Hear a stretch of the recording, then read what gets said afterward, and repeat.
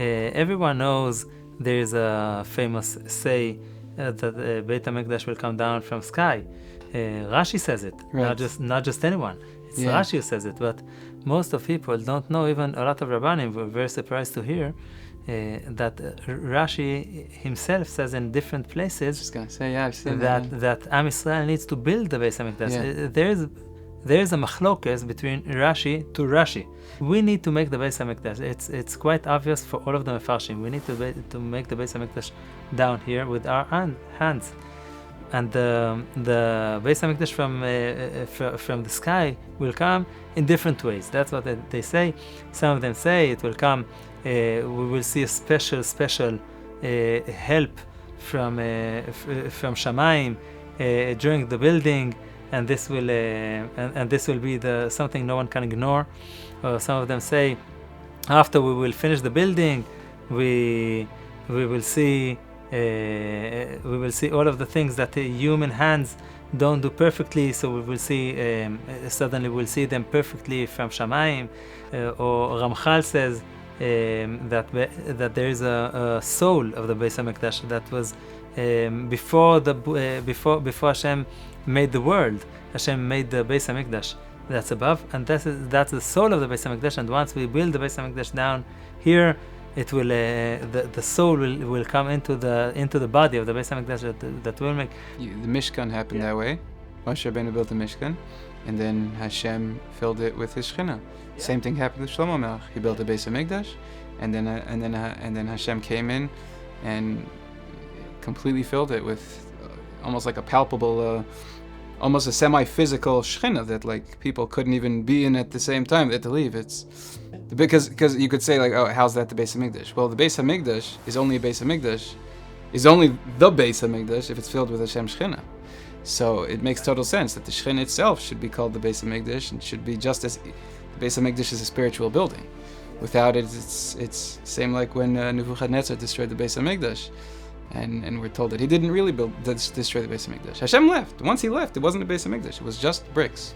The Galus, it over time, it became so impossible, and over generations, it became so unthinkable that we would ever have the opportunity to return to Eretz Yisrael, to build the Beit Hamikdash, to do all the things that we're told will happen and that we're supposed to do, that we just started finding almost like all like Rashi. Like, there's a Rashi that says build it, there's a Rashi that says it's coming down from the sky. Most say that we have to build it. The Rambam says you have to build it.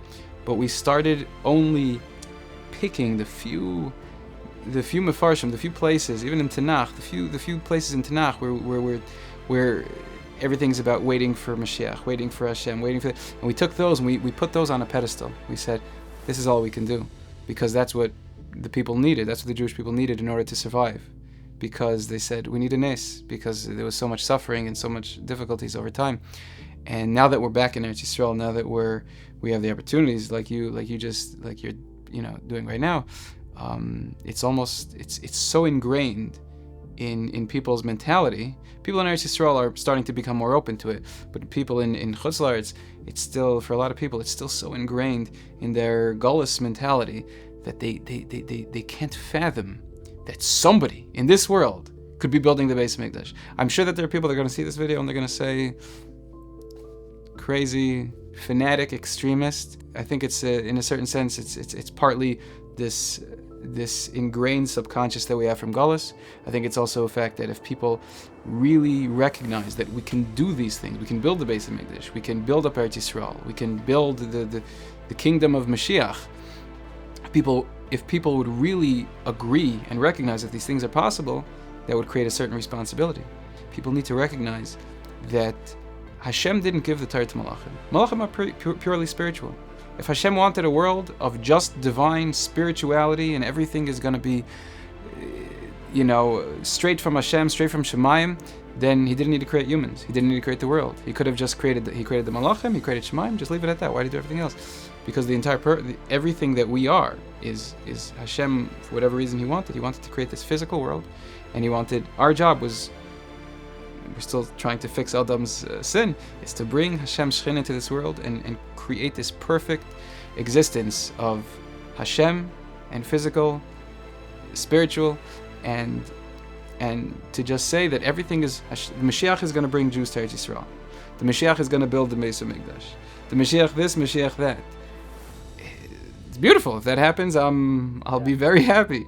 Yeah. But we can't sit around and wait for a miracle. We have to appreciate that we have a job in this world. Our job is not just to sit behind a Tehillim 24/7 and pray. It's beautiful.